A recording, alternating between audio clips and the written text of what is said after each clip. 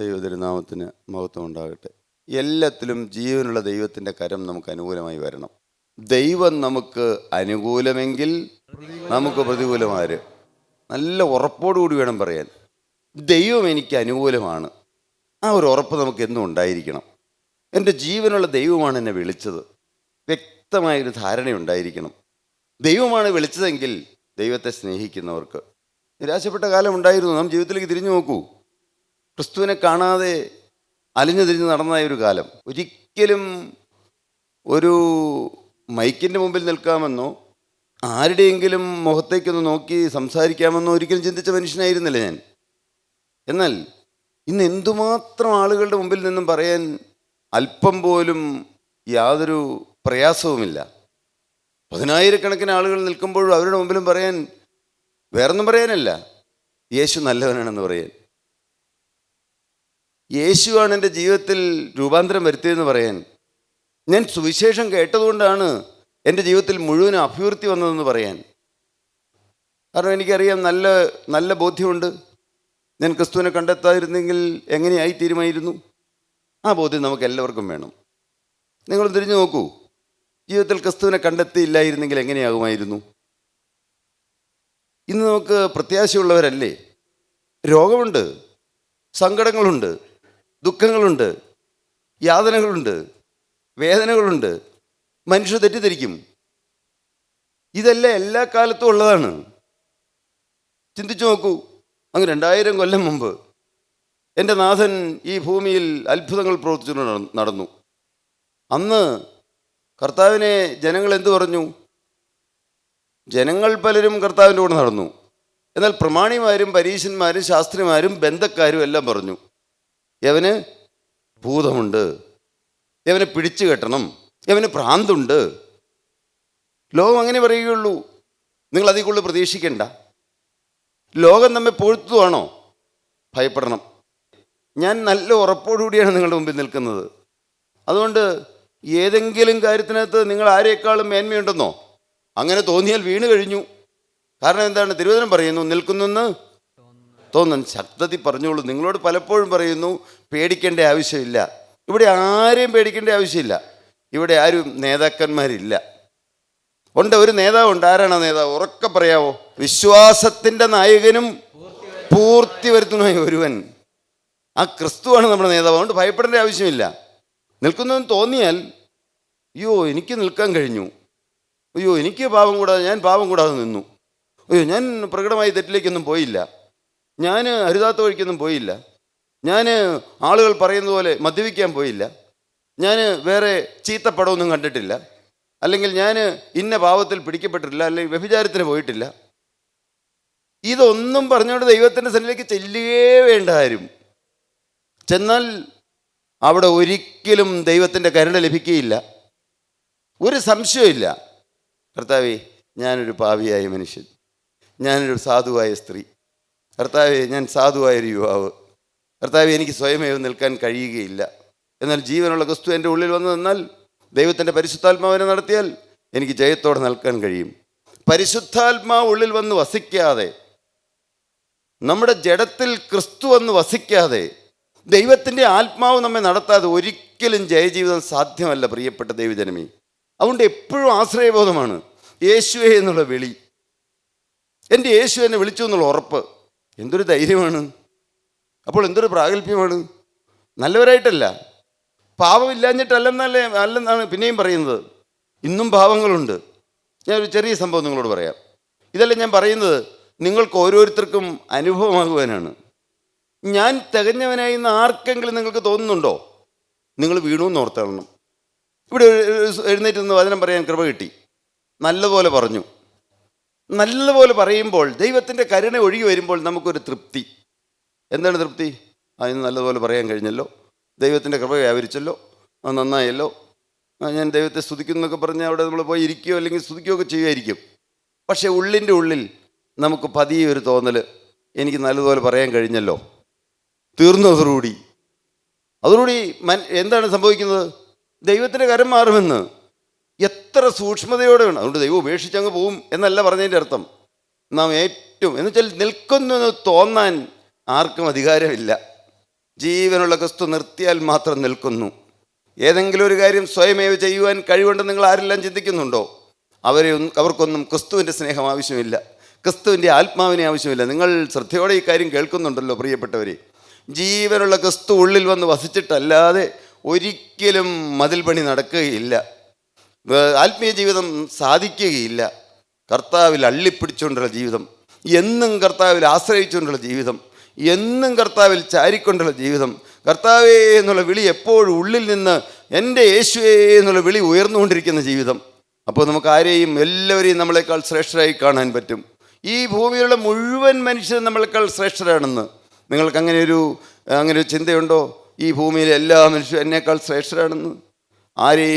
ആർക്കും ആരെതിരെ വിധി വരില്ല, ആരോടും വിധി തോന്നുകയില്ല.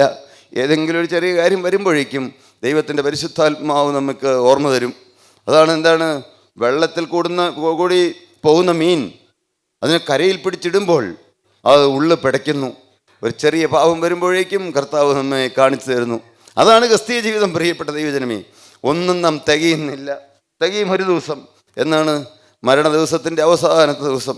പിന്നെ ശുദ്ധീകരണം സാധ്യമല്ല. മരിക്കുന്ന ആ സമയം വരെ എപ്പോഴും ശുദ്ധീകരണം നടന്നുകൊണ്ടിരിക്കുകയാണ്. എന്നും തിരുത്താനേ ഉള്ളൂ എന്നുള്ള ചിന്ത, കർത്താവേ എനിക്ക് തിരുത്താൻ മാത്രമേ ഉള്ളൂ എന്നുള്ള ചിന്ത, അത് നിങ്ങളെ ആരെല്ലാം ഭരിക്കുന്നുണ്ട്. അങ്ങനെയാണെങ്കിൽ നിങ്ങൾ ഭയപ്പെടാനില്ല. അല്ല, ഞാൻ തികഞ്ഞു എന്ന് ആർക്കെങ്കിലും തോന്നിയാലുണ്ടല്ലോ, അപ്പോൾ തന്നെ നിങ്ങൾ ഓർത്തുകൊള്ളണം, തീർന്നു എന്ന്. ആത്മീയ ജീവിതത്തിൽ ഒരിക്കലും തികയൽ തോന്നുന്നില്ല സ്വന്തം ജീവിതത്തിൽ.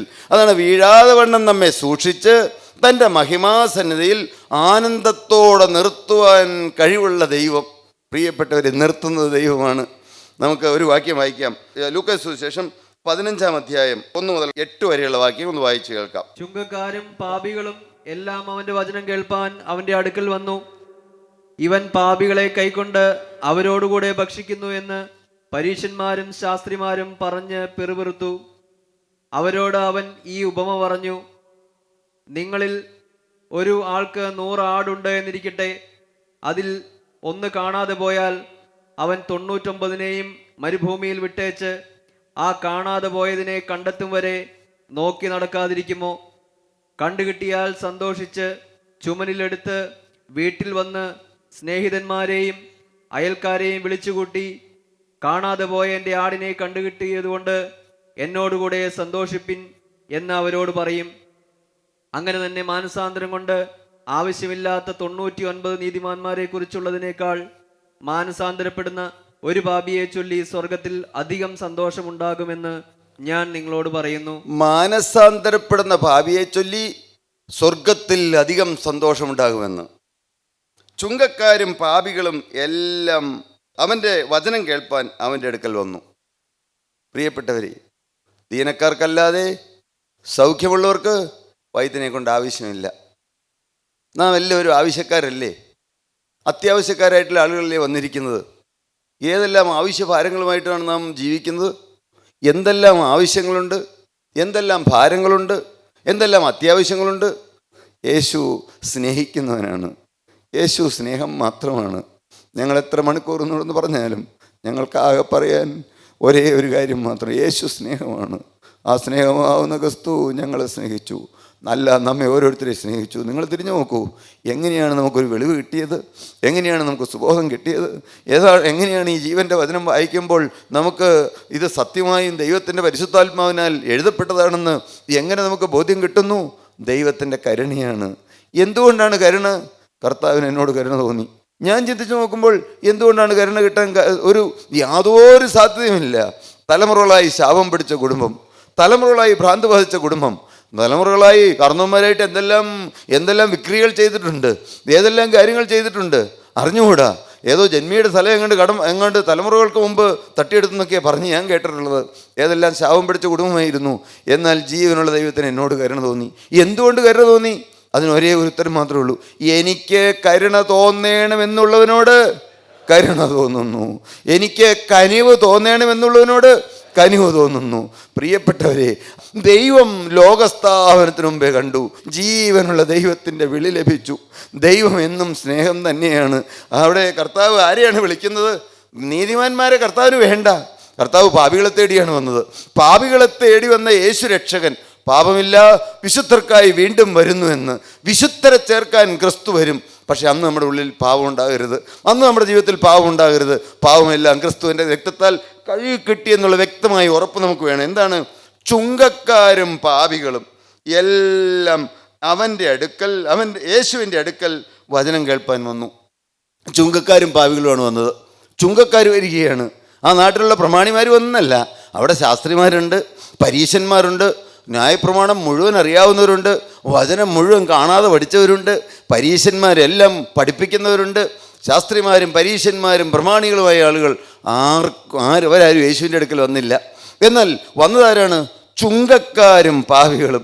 നിങ്ങൾ ചുങ്കക്കാരെന്ന് പറഞ്ഞാൽ ഇന്നത്തെ മാതിരി സെയിൽ ടാക്സ് ഓഫീസേഴ്സ് എന്നല്ല, അന്ന് തോന്നിയതുപോലെ ചുങ്കം പിരിക്കുന്നവർ. അവരവർക്ക് ഇഷ്ടം പോലെ ചുങ്കം പിരിക്കാം. ലേലം വിളിച്ചെടുക്കുകയാണ് ചുങ്കം പിരിക്കാനുള്ള അധികാരം. എന്നിട്ടോ തോന്നിയതുപോലെ പിരിക്കും, എത്ര വേണേലും പിരിക്കാം. ഇന്നത്തെ രീതി പറഞ്ഞു കഴിഞ്ഞാൽ 48% 36% പലിശയ്ക്കൊക്കെ കടം, 36% പലിശയ്ക്കൊക്കെ കൊടുത്ത് ബ്ലേഡ് ബാങ്ക് നടത്തുന്നവർ, ബ്ലേഡുകാരെന്ന് പറയും. അതുപോലത്തെ ഉള്ള ആളുകൾ യേശുവിൻ്റെ അടുക്കൽ വന്നത് ആരൊക്കെയാണ്? ചുങ്കക്കാരും പാപികളും. പ്രിയപ്പെട്ട ദൈവജനമേ, യേശു എന്നും പാപികളെ സ്നേഹിക്കുന്നവരാണ്. നിങ്ങളിത് ഒരിക്കലും ജീവിത അവസാനം വരെ മറന്നു പോകരുത്. ഏതെല്ലാം പാപം നിങ്ങളുടെ ജീവിതത്തിൽ വന്നെങ്കിലും, എത്ര അഴുക്കിലേക്ക് നിങ്ങൾ പോയെങ്കിലും, ഏതെല്ലാം ശാപകരമായ കാര്യങ്ങൾ ചെയ്തെങ്കിലും, തിരുവചനം പറയുന്നു, കേൾക്കാൻ പോലും ലജ്ജാകരമായ കാര്യം, മൃഗത്തോട് കൂടെ ശയിക്കുന്നവൻ ശപിക്കപ്പെട്ടവനെന്ന്, അമ്മായിയമ്മയോടുകൂടെ ശയിക്കുന്നവൻ ശപിക്കപ്പെട്ടവനെന്ന്. അഴുക്ക് ജീവിതത്തിൽ എത്ര വൃത്തികേടിൽ പോയവനാണെങ്കിലും, എത്ര ശാപഗ്രസ്തനാണ്, നിങ്ങൾ മറക്കരുത്, യേശു എന്നെ സ്നേഹിക്കുന്നു. കാരണം എന്താണ്? യേശു പാപിയെ സ്നേഹിക്കുന്നു. ഇന്ന് കൃപായുഗമാണ്. എന്തെല്ലാം തെറ്റുകൾ നിങ്ങളുടെ ജീവിതത്തിൽ വന്നിട്ടുണ്ടെങ്കിലും എല്ലാം കഴുകാൻ യേശുവിൻ്റെ രക്തം മതിയായതാണ്. ഇത് നിങ്ങൾ ഒരിക്കലും മറക്കരുത്. നിങ്ങളുടെ ജീവിതത്തിൽ തീരുമാനമെടുത്തിട്ട് പിന്നെയും തെറ്റിലേക്ക് പോയവർ കാണും. ഒരിക്കലും മദ്യപിക്കുകയില്ല എന്ന് തീരുമാനമെടുത്തിട്ട് വീണ്ടും മദ്യപിക്കാൻ പോയവർ. ലോകം നോക്കുമ്പോൾ, മറ്റു മനുഷ്യർ നോക്കുമ്പോൾ ഒരുപക്ഷെ ജീവിതത്തിൽ സാക്ഷ്യമില്ലെന്ന് അവർ ചിന്തിക്കുമായിരിക്കും. എന്നാൽ ഹൃദയങ്ങളെ കാണുന്ന ജീവനുള്ള ദൈവം, ദൈവമേ, എല്ലാം ജീവനുള്ള ദൈവം എത്ര നേരം വേണം? സ്വർഗീയ ശ്രീഭണ്ഡാരം തുറന്നാൽ എത്ര സമയം വേണം എല്ലാം നേരെയാകാൻ? പ്രിയപ്പെട്ടവരെ, ജീവനുള്ള ദൈവം ഓരോരുത്തരെ എഴുന്നേൽപ്പിക്കുന്നു, അവൻ്റെ സാക്ഷികളാക്കി നിർത്തുന്നു. നിങ്ങൾ പ്രാർത്ഥിക്കണം. നമുക്ക് ഓരോരുത്തർക്കും കർത്താവിൻ്റെ വേല ചെയ്യണം. നിങ്ങൾ ഒരിക്കലും വിചാരിക്കരുത് എനിക്ക് എന്തെങ്കിലും കുറവുണ്ടെന്ന് വിചാരിച്ചിരിക്കരുത്. കുറവുകൾ മാറ്റുന്ന ജീവനുള്ള ദൈവം, ആ ദൈവമാണ് ചുങ്കക്കാരെയും പാപികളെയും അന്ന് 2000 കൊല്ലം മുമ്പ് തൻ്റെ അടുക്കലേക്ക് ആനയിച്ച്, തൻ്റെ അടുക്കലേക്ക് സ്നേഹിച്ച് പിതാവിൻ്റെ നിർണയപ്രകാരം അടുപ്പിച്ചത്. നമ്മെ ഓരോരുത്തരെയും വിളിച്ച് ചേർത്തിരിക്കുന്നത് ജീവനുള്ള ദൈവമാണ്. നാം ചാടി എഴുന്നേക്കണം, പഴയത് മറക്കണം.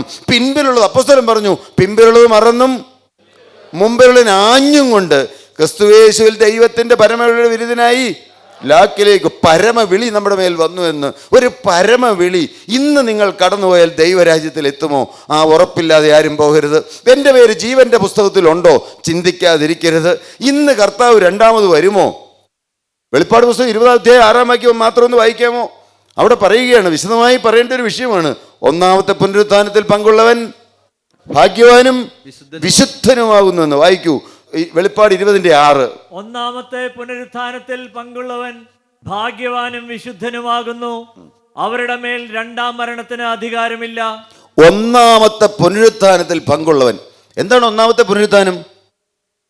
കർത്താവിൻ്റെ രണ്ടാമത്തെ വരവിൽ, കർത്താവിൻ്റെ രണ്ടാമത്തെ വരവിൻ്റെ ആദ്യഘട്ടത്തിൽ മേഘത്തിൽ കർത്താവ് പ്രത്യക്ഷപ്പെടും. ആരെ ചേർക്കാനാണ് യേശു വരുന്നത്? പാടാം. പാപികളെ തേടി വന്ന യേശു രക്ഷകൻ, പാപമില്ല ശുദ്ധർക്കായി ദാ വരുന്നേ. പാപികളെ തേടി വന്ന യേശു രക്ഷകൻ, പാപമില്ല ശുദ്ധർക്കായി ദാ വരുന്നേ.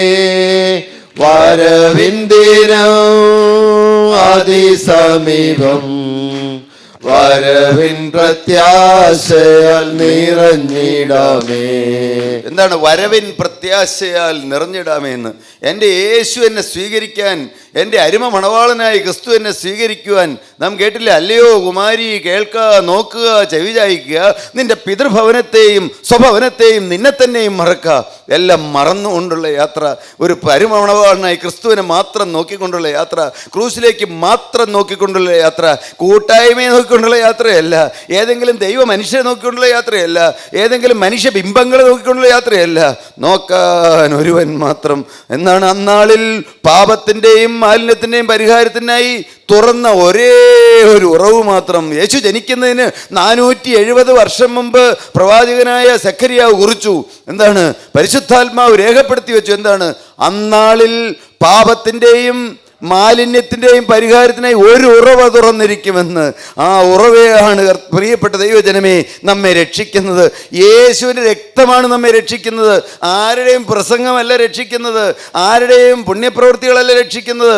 ഏതെങ്കിലും ദൈവജനം കേട്ടുകൊണ്ടിരിക്കുമ്പോഴാണ് കർത്താവിൻ്റെ അത്ഭുതകരണം നമ്മുടെ ഉള്ളിലേക്ക് കടന്നു വരുന്നത്. പക്ഷെ അതും കൃപയാണ്. അന്ന് അനേകർ പ്രസംഗം കേട്ടുകൊണ്ടിരുന്ന് കാണും. എന്നാൽ ലൂദിയായുടെ ഹൃദയത്തെ കർത്താവ് തുറന്നു. പൗലോസ് അപ്പോസ്തലൻ വിശുദ്ധനായ ദൈവദാസനാണ്. എന്നാൽ പൗലോസ് അപ്പോസ്തലൻ പ്രസംഗിച്ചു എന്നുള്ളത് കൊണ്ട് ഹൃദയം തുറക്കുകയില്ല. ഹൃദയം തുറക്കുന്നത് കർത്താവാണ്. അത് ദൈവത്തിൻ്റെ അത്ഭുത കരുണയാണ്. ക്രിസ്തുവിൻ്റെ സ്നേഹം ഉള്ളിലേക്ക് കടന്നു വരുന്നത് അത് വെറും കരുണയാണ്, വെറും കൃപയാണ്. അതുകൊണ്ട് ഒന്നാമത്തെ പുനരുത്ഥാനത്തിൽ പങ്കുള്ളവൻ ഭാഗ്യവാനും വിശുദ്ധനുമാകുന്നുവെന്ന് വിശുദ്ധന്മാർ മാത്രമേ ഒന്നാമത്തെ പുനരുത്ഥാനത്തിൽ പറന്നുയരുകയുള്ളൂ. പ്രിയപ്പെട്ട ദൈവജനമേ, ഇന്ന് യേശു വരുമോ അറിയാവുന്നവരെന്ന് കൈവെക്കാമോ? വരുമോ ഇല്ലെന്ന് എനിക്കറിഞ്ഞുകൂടാ, ആർക്കും അറിഞ്ഞുകൂടാ. പ്രിയ ദൈവജനമേ, ആർക്കും അറിഞ്ഞുകൂടാ. പിതാവാൻ ദൈവം മാത്രമേ അറിയുന്നുള്ളൂ. നിങ്ങൾ ഈ വചനം വായിക്കണം. നിരന്തരം വായിക്കുമ്പോഴാണ് പ്രസംഗം, ഈ തിരുവചനം പറയുമ്പോൾ മനസ്സിലാവുകയുള്ളൂ. വചനം പറഞ്ഞാൽ ബോധ്യപ്പെടണമെങ്കിൽ, വചനം മനസ്സിലാകണമെങ്കിൽ, വചനം നിങ്ങൾക്ക് ഗ്രഹിക്കാൻ കഴിയുമെങ്കിൽ നിരന്തരം തിരുവചനം വായിക്കണം. വചനം ഒരിക്കലും നിങ്ങൾ വായിക്കാതിരിക്കരുത്. നിരന്തരം വചനം വായിക്കണം. നാം കർത്താവിനോട് സംസാരിക്കുന്നത് പ്രാർത്ഥനയിലൂടെ. പ്രാർത്ഥനയും വചന പാരായണവും വചന വായനയില്ലെങ്കിൽ ഒരിക്കലും നിങ്ങൾക്ക് ജയകരമായി ക്രിസ്തീയം നടത്തിക്കൊണ്ടുപോകാൻ സാധ്യമല്ല. നിരന്തരം വചനം വായിക്കണം. എന്നും വചനം വായിക്കണം. എന്തുമാത്രം സമയം മുട്ടുമേലിരുന്ന് വായിക്കാൻ പറ്റുന്നവർ മുട്ടുമേലിരുന്ന് വായിക്കണം. അതല്ല, കസേരയിരുന്ന് വായിക്കാൻ പറ്റുമെങ്കിൽ കസേരയിരുന്ന് വായിക്കണം. ഒരിക്കലും സമയം പാഴാക്കി കളയരുത്. നമുക്ക് പലർക്കും സമയമില്ല എന്ന് പറയും. വേറെ ഏതെങ്കിലും കാര്യത്തിന് സമയമില്ലാത്തവരുണ്ടോ? പ്രാർത്ഥിക്കാൻ സമയം കിട്ടിയില്ല എന്നും പറയും. ശരിയാണ്, ഞാൻ നിങ്ങളുടെ മുമ്പിൽ പ്രാഗൽഭ്യത്തോടെന്നല്ല പറയുന്നത്. എന്നാൽ പ്രാർത്ഥിച്ചില്ലെങ്കിൽ, ആ തിരുവചനം വായിച്ചില്ലെങ്കിൽ പ്രാർത്ഥനയിലൂടെ നാം ദൈവത്തോട് സംസാരിക്കുന്നു. തിരുവചനം വായിക്കുമ്പോഴോ ദൈവം നമ്മോട് സംസാരിക്കുന്നു. എന്നാൽ നിങ്ങൾ എന്നും തിരുവചനം വായിക്കുന്നവരാരെല്ലാം ഉണ്ട്? എന്നും വചനം ഇല്ലെങ്കിൽ നിങ്ങൾക്ക് ക്രിസ്തീയത നടത്തിക്കൊണ്ടുപോകാൻ സാധ്യമല്ല. ഈ വചനം പരിശുദ്ധാത്മാവിൻ്റെ ശബ്ദമാണ്. ജീവനുള്ള ദൈവത്തിൻ്റെ ശ്വാസം, ദൈവശ്വാസീയമാണ് ഈ വചനം. അതുകൊണ്ട് ഈ വചനം വായിച്ചേ പറ്റുകയുള്ളൂ, ഈ വചനം പഠിച്ചേ പറ്റുകയുള്ളൂ, ഈ വചനം നിത്യം ഉരുവിട്ടേ പറ്റുകയുള്ളൂ. വചനം നിരന്തരം ഉരുവിടുക, വചനം നിരന്തരം വായിക്കുക. ഭയം വരുമ്പോൾ 27-ാം സങ്കീർത്തനം 1-2 വാക്യം ഒന്ന് വായിക്കാമോ? യഹോവ എൻ്റെ വെളിച്ചവും രക്ഷയുമാകുന്നു, ഞാൻ ആരെ പേടിക്കും? യഹോവ എൻ്റെ ജീവൻ്റെ ബലം, ഞാൻ ആരെ ഭയപ്പെടും? എൻ്റെ വൈരികളും ശത്രുക്കളുമായി ദുഷ്കർമ്മികൾ എൻ്റെ മാംസം തിന്നുവാൻ എന്നോട് അടുക്കുമ്പോൾ ഇടറി വീഴും. ഒരു സൈന്യം എൻ്റെ നേരെ പാളയമിറങ്ങിയാൽ ഞാൻ ഭയപ്പെടുകയില്ല. എന്താണ് പറഞ്ഞത്? ഒരു സൈന്യം. നിങ്ങളൊന്ന് ആലോചിച്ച് നോക്കി. ഒരു സൈന്യം എൻ്റെ നേരെ പാളയമിറങ്ങുന്നു.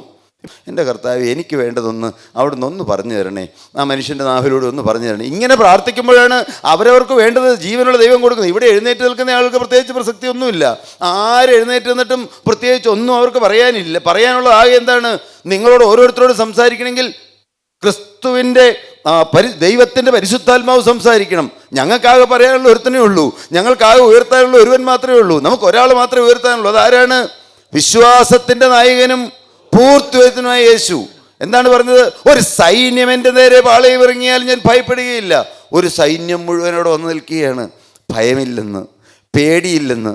നിങ്ങൾക്ക് ഭയം വരുന്ന സമയത്ത്, ഈ വിദ്യാർത്ഥികളായ കുഞ്ഞുങ്ങൾ ഭയം വരുന്ന സമയത്ത് ഉടനെ ഈ വാക്യം പറയണം: ഒരു സൈന്യം എൻ്റെ നേരെ പാളയമിറങ്ങിയാലും ഞാൻ ഭയപ്പെടുകയില്ല.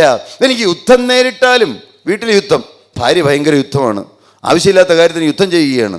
എന്താണ്? ഒച്ചപ്പാടുണ്ടാക്കിയാണ്, ബഹളം ഉണ്ടാക്കിയാണ്. അല്ലെങ്കിൽ ഭർത്താവ് കുടിച്ചിട്ട് വന്നിട്ട് ബഹളം വെക്കുകയാണ്. ലെക്ക് കേട്ടു പാവം മനുഷ്യൻ. അദ്ദേഹത്തോട് ഒരിക്കലും കോപിച്ചിട്ടോ അദ്ദേഹത്തോട് ദേഷ്യം തോന്നിയിട്ടോ കാര്യമില്ല. അതുകൊണ്ട് പ്രയോജനമില്ല. എന്നാൽ എന്ത് ചെയ്യുന്നു? എൻ്റെ കർത്താവേ എന്ന് വിളിക്കുന്നു.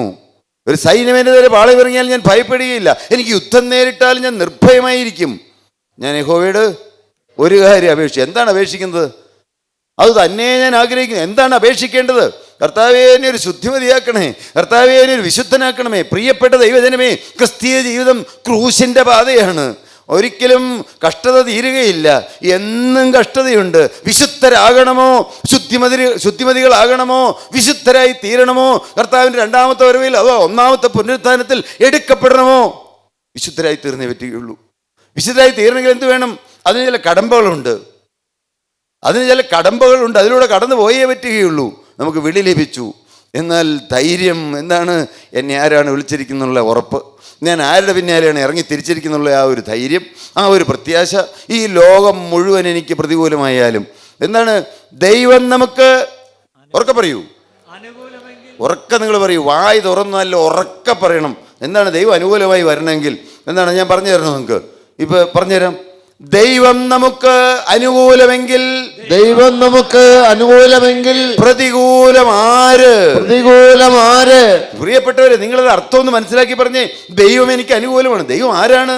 ഈ ഭൂമിയെ സൃഷ്ടിച്ചവൻ, ഒരു വാക്കുകൊണ്ട് സൃഷ്ടിച്ചവൻ, ഈ അണ്ടകടാകത്തെ മുഴുവൻ നിർമ്മിച്ചവൻ, ഭൂമിയെയും സൂര്യനെയും ചന്ദ്രനെയും നക്ഷത്രങ്ങളെയും ഗോളങ്ങളെയും എല്ലാം നിർമ്മിച്ച ദൈവം, കോടാനുകോടി നക്ഷത്രത്തെ നിർമ്മിച്ച ദൈവം. 15 കോടി മൈൽ ദൂരെയാണ് നക്ഷത്രമായി സൂര്യൻ. 15 കോടി ദൂരെയാണെന്ന് ഭൂമിയിൽ നിന്ന്. 15 കോടി മൈൽ ദൂരെ, 15 കോടി കിലോമീറ്റർ ദൂരെ സൂര്യനെ നിർമ്മിച്ച ദൈവം. 1 മീറ്റർ സൂര്യൻ ഇങ്ങോട്ട് അടുത്ത് വന്നാൽ 1 മീറ്റർ ഇത്രയും ദൂരം, ഇത് എന്തായി പോകും? മരുഭൂമിയായി പോകും, കത്തി കരിഞ്ഞു പോകും. 1 മീറ്റർ പുറകോട്ട് മാറിയാലോ ഐസ് പിണ്ടമായി പോകും. വെറും ഐസ് പിണ്ടം, മുഴുവൻ ഐസായി പോവും. പ്രിയപ്പെട്ടവരെ, ഈ ഭൂമിയെ നിർമ്മിച്ച ദൈവം, ഈ ഭൂമണ്ഡലത്തെ നിർമ്മിച്ച ദൈവം, ആകാശഗോളങ്ങളെ മെനഞ്ഞ ദൈവം, നക്ഷത്രങ്ങൾ, കോടാനുകോടി നക്ഷത്രങ്ങളെ നിർമ്മിച്ച ദൈവം, ആ ദൈവം ഈ പാപിയായ, ഈ നിസാരനായ, ഈ ബലഹീനനായ, ഈ അല്പപ്രാണിയായ, ഈ ഏതുമില്ലാത്തവനായ, ശാപഗ്രസ്തനായിരുന്ന, ജീവനുള്ള ക്രിസ്തുവിനെ കണ്ടെത്താൻ ഭാഗ്യം ലഭിച്ചവനായ, ലോകത്തിൽ വിലയില്ലാത്തവനായ, എല്ലാവരും വിടക്കം നെണ്ണുന്നവനായ, എല്ലാവരും കള്ളനെന്ന് വിളിക്കുന്നവനായ, എല്ലാവരും ശാപഗ്രസ്തൻ എന്ന് പറയുന്നവനായ, എല്ലാവരും മറ്റേതെങ്കിലും ചീത്തപ്പേര് വിളിക്കുന്നവനായ, ലോകത്തിൻ്റെ മുമ്പിൽ ദുഷ്ടനായ, ലോകത്തിന് മുമ്പിൽ കൊള്ളരുതാത്തവനായ, എല്ലാവരും വിടക്കം നെണ്ണുന്നവനായ എനിക്ക് ദൈവം അനുകൂലമാണെങ്കിൽ എനിക്ക് പ്രതികൂലമാര്? ദൈവം നമുക്ക് അനുകൂലമായി തീരുക എന്തൊരു വലിയ ഭാഗ്യമാണ് പ്രിയപ്പെട്ടവരെ. യേശു നമ്മെ വിളിച്ചു, ചുങ്കക്കാരെയും പാപികളെയും വിളിച്ച ജീവനുള്ള ദൈവം. ചുങ്കക്കാരും പാപികളുമെല്ലാം യേശുവിൻ്റെ അടുക്കൽ വചനം കേൾപ്പാൻ വന്നു. ഉടനെ പറയുകയാണ്, ഇവൻ പാപികളെ കൈക്കൊണ്ടു അവരോട് ഭക്ഷിക്കുന്നു എന്ന് പരീശന്മാരും ശാസ്ത്രിമാരും പറഞ്ഞ് പിറുപിറുത്തു. ഇവരെല്ലാം അല്ലേ ഈ കൂട്ടായ്മയിലുള്ള ഇന്ന ആൾക്കാരൊക്കെ അല്ലേ വരുന്നേ? ഇവരുടെയൊക്കെ യോഗ്യത ഞങ്ങൾക്കറിയാമല്ലോ, ഇവരെയൊക്കെ ഞങ്ങൾക്ക് എത്രയോ കാലം മുമ്പ് അറിയാവുന്നവരാണ്, അവർ ഇന്ന കാര്യങ്ങൾ ചെയ്തിട്ടുള്ളവരല്ലേ. ഇങ്ങനെയെല്ലാം ആരെല്ലാം പറഞ്ഞാലും യേശുവിന് എന്താണ് പറയാനുള്ളത്? യേശു പറഞ്ഞു, എന്താണ്? താഴേക്ക് വായിക്കാം. നിങ്ങളിലൊരാൾക്ക് 100 ആടുണ്ടെന്നിരിക്കട്ടെ, 100 ആട്, അതിൽ 1 കാണാതെ പോയാൽ 99 മരുഭൂമിയിൽ വിട്ടേച്ച് ആ കാണാതെ പോയതിനെ കണ്ടെത്തും വരെ നോക്കി നടക്കാതിരിക്കുമോ? 100 രൂപയുണ്ട്, 1 രൂപ കാണാതെ പോയി. ഞാനാണെങ്കിൽ ഓർക്കും പോയത് കോട്ടയം എന്ന് വിചാരിക്കും അല്ലേ? എന്നാൽ പ്രിയപ്പെട്ടവരെ, ജീവനുള്ള ക്രിസ്തു അങ്ങനെയല്ല. പറഞ്ഞു വരികയാണ്, നിങ്ങൾക്ക് 100 ആട് ഉണ്ടെന്നിരിക്കട്ടെ, അതിൽ 1 കാണാതെ പോയാൽ ആ കാണാതെ പോയതിനെ കണ്ടു കിട്ടും വരെ അന്വേഷിച്ച് അതിൻ്റെ പിന്നാലെ നടക്കുകയില്ലയോ? നാം നഷ്ടപ്പെട്ടവരായിരുന്നു. നാം എന്നേക്കുമായിട്ട് ആദാമ്യവർഗത്തിൽ പിറന്നവരായതുകൊണ്ട് നാം പാപം ചെയ്യാത്തപ്പോഴും പാപികൾ തന്നെയായിരുന്നു. നാം എന്നേക്കുമായി നിത്യ നരകത്തിലേക്ക് പോകുവാൻ പിശാച് നമ്മെ അങ്ങ് ബന്ധിച്ചിട്ടിരുന്നവരായിരുന്നു. എന്നാൽ കാണാതെ പോയി 1 തിരഞ്ഞു വന്ന ക്രൂശിലെ സ്നേഹം, ആ സ്നേഹം നമ്മയും തേടി വന്നു. അല്ലേ? നിങ്ങൾ ചിന്തിച്ചു നോക്കൂ, എങ്ങനെയാണ് ഈ ക്രിസ്തുവിനെ കണ്ടെത്താനിടയായത്? അന്വേഷിച്ചിറങ്ങിയതാണോ? ഒരു ദൈവമുണ്ടോ എന്ന് അന്വേഷിച്ചിറങ്ങിയവരാരെല്ലാം വന്നിട്ടുണ്ട്. ആരും ഉണ്ടാകുകയില്ല പ്രിയപ്പെട്ടവരെ, ആരും അന്വേഷിച്ചിറങ്ങിയവരല്ല. എന്നാൽ ജീവനുള്ള ക്രിസ്തുവിൻ്റെ സ്നേഹം നമ്മെ തേടി തേടി വന്നു. ആ ക്രൂശിലെ സ്നേഹമാണ് ഇന്ന് നിങ്ങൾ വിളിച്ചു ചേർത്തിരിക്കുന്നത്. ഇന്ന് ആരും വ്യക്തമായി തീരുമാനമെടുക്കാതെ കടന്നു പോകാനിട വരരുത്. എൻ്റെ യേശുവേ, ഇതാ എൻ്റെ ജീവിതം എന്നേക്കുമായി അവിടുത്തെ കരങ്ങളിലേക്ക് തരുന്നു എന്ന് പറയാതെ ഒരു കുഞ്ഞു ഇവിടുന്ന് പോകരുത് പ്രിയപ്പെട്ടവരെ. എല്ലാം കഴുകുന്ന ക്രൂശിലെ സ്നേഹം എല്ലാം കഴുകി വെടുപ്പാക്കും. ഇന്ന് കഴുകാനാണ് കർത്താവോട് വിളിച്ചു ചേർത്തിരിക്കുന്നത്. ഇന്ന് ജീവൻ്റെ പുസ്തകം തുറക്കും. ഇന്ന് പേര് ജീവൻ്റെ പുസ്തകത്തിൽ എഴുതി ചേർക്കും. ഇനി നാളെയല്ല. കാരണം തിരുവചനം പറയുകയാണ്, ഇപ്പോൾ ഞാൻ എഴുന്നേൽക്കും, രക്ഷയ്ക്കായി കാക്ഷിക്കുന്നവനെ ഞാനതിലാക്കുമെന്ന്. രക്ഷയിലാക്കുന്ന ദൈവം, ജീവനുള്ള ദൈവം ഇപ്പോൾ തന്നെയാണ് നടക്കേണ്ടത്. ഇന്ന് തന്നെയാണ് നടക്കേണ്ടത്. കർത്താവേ, എൻ്റെ പേര് ജീവൻ്റെ പുസ്തകത്തിൽ എഴുതി ചേർക്കണമേ. കർത്താവേ, ഒന്നാമത്തെ പുനരുത്ഥാനത്തിൽ, കർത്താവിൻ്റെ രണ്ടാമത്തെ വരവിൽ കർത്താവേ, എന്നെയും അവിടുന്ന് ചേർക്കണമേ. എന്നെ ഇവിടുന്ന് കഴുകി വെടുപ്പാക്കണമേ. എൻ്റെ പാപം ഓർമ്മ വെച്ച കാലം മുതൽ എൻ്റെ ജീവിതത്തിൽ വന്ന പാപങ്ങളെല്ലാം എനിക്ക് കഴുകിത്തരണമേ എന്നുള്ള പ്രാർത്ഥനയോടെ നിങ്ങൾ ഇരിക്കുമെങ്കിൽ, നിങ്ങൾ കരഞ്ഞുകൊണ്ടിരിക്കുമെങ്കിൽ, ജീവിതത്തിൽ വന്നുപോയ പാപങ്ങൾ ഓരോന്നോരോന്ന് കണ്ടുപിടിച്ച് നിങ്ങൾ ഏങ്ങലടിച്ചുകൊണ്ടിരിക്കുമെങ്കിൽ, ഞാൻ പൂർണ്ണമായും വിശ്വസിക്കുന്നു. നിങ്ങൾ എൻ്റെ നേരെ നോക്കൂ. സത്യമായും ജീവനുള്ള ക്രിസ്തുവിടെ വന്നിട്ടുണ്ട്. ആ ക്രിസ്തുവിൻ്റെ കരം ഇങ്ങനെ ആവലോടെ നിൽക്കുകയാണ്, നിങ്ങളെ ചാടി പിടിക്കാൻ നിൽക്കുകയാണ്. പ്രിയപ്പെട്ടവരെ, ജീവനുള്ള ക്രിസ്തുവാണ് നമ്മളോട് സംസാരിച്ചുകൊണ്ടിരിക്കുന്നത്. അതുകൊണ്ടാണ് നിങ്ങൾക്ക് പാപബോധം കിട്ടുന്നത്. നിങ്ങൾ തിരിഞ്ഞു നോക്കൂ, ജീവിതത്തിലേക്ക് തിരിഞ്ഞു നോക്കൂ. എൻ്റെ യേശുവേ, എന്നെ കഴുകണമേ. കർത്താവിൻ്റെ കരം വന്ന് നമ്മളെ പിടിക്കും. ഇന്ന് കർത്താവ് അത്ഭുതം പ്രവർത്തിക്കും. ഇന്ന് നമ്മുടെ പേര് ജീവൻ്റെ പുസ്തകത്തിൽ എഴുതി തരും. നിങ്ങൾ പ്രാർത്ഥനയോടെ ഇരിക്കൂ. എല്ലാവരും പ്രാർത്ഥിക്കൂ. തീ ഘട്ടത്തിലെ സ്വർഗത്തിൽ നിന്ന് തീ ഇറങ്ങി വരട്ടെ. സ്വർഗം ഇന്ന് ഇവിടെ നമ്മുടെ മധ്യത്തിൽ കത്തുപിടിപ്പിക്കട്ടെ. ഇന്ന് അനേകരുടെ പേര് ജീവൻ്റെ പുസ്തകത്തിൽ എഴുതി ചേർക്കട്ടെ. നമുക്ക് ഇന്ന് വിശുദ്ധരായി, കർത്താവേ, ഞങ്ങൾ വേർതിരിക്കപ്പെട്ട വർഗമായി ഇന്ന് പോകുവാൻ എല്ലാവർക്കും കർത്താവ് ഭാഗ്യം നൽകട്ടെ. ദൈവത്തിന് സ്തോത്രം.